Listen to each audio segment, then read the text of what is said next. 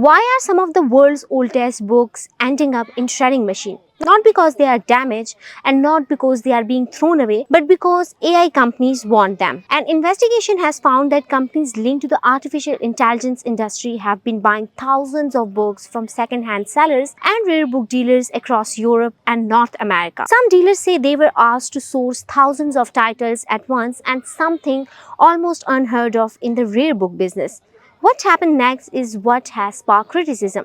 The books are taken to industrial scanners, their spines are cut off so every page can be scanned within minutes. Once the digital copy is made, the original book is destroyed. So why not just scan the book and keep it? Because AI companies need massive amount of human written text to train their models. Experts say the internet is increasingly filled with AI generated content and making original books one of the few remaining sources of reliable human written material. Reports says Anthropic, the company behind the AI chatbot Claude, spent millions of dollars buying physical books for this purpose. Writers argue that companies are using their work to build commercial AI systems without permission or payment. Book dealers fear that once these copies are destroyed, they can never truly be replaced. For AI companies, they are just training data, but for many others, they are part of history.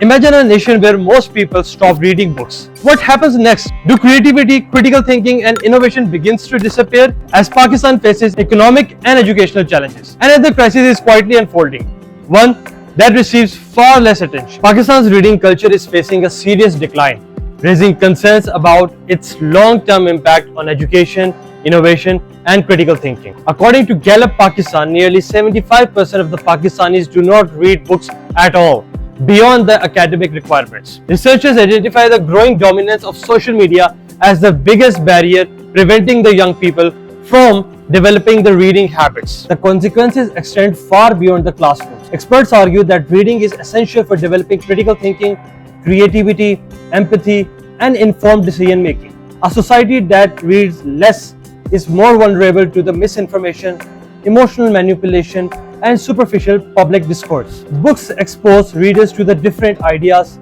cultures, and the perspectives. Ironically, Pakistan possesses rich literary heritage, producing legendary poets and writers such as Allama Iqbal, Faiz Ahmed Faiz, Saadat Hussain Manto, and Waris Shah. Yet, despite this cultural legacy, reading for leisure has steadily declined. Government को चाहिए कि उसी तरह अगर किताब culture हमें पाकिस्तान में देखना चाहते हैं तो उसी तरह जब यूनिक कौशल की सतह पर लाइब्रेरी रहती थी उसी तरह ये किताबों को कल्चर बनाने के लिए लाइब्रेरी कैंप की जाए। किताब कल्चर होगा तो एक कौम बनेंगे और कौम में किताबों से ही बनती हैं और वो ही आगे बढ़ते हैं। Pakistan's reading crisis is therefore not simply an educational issue.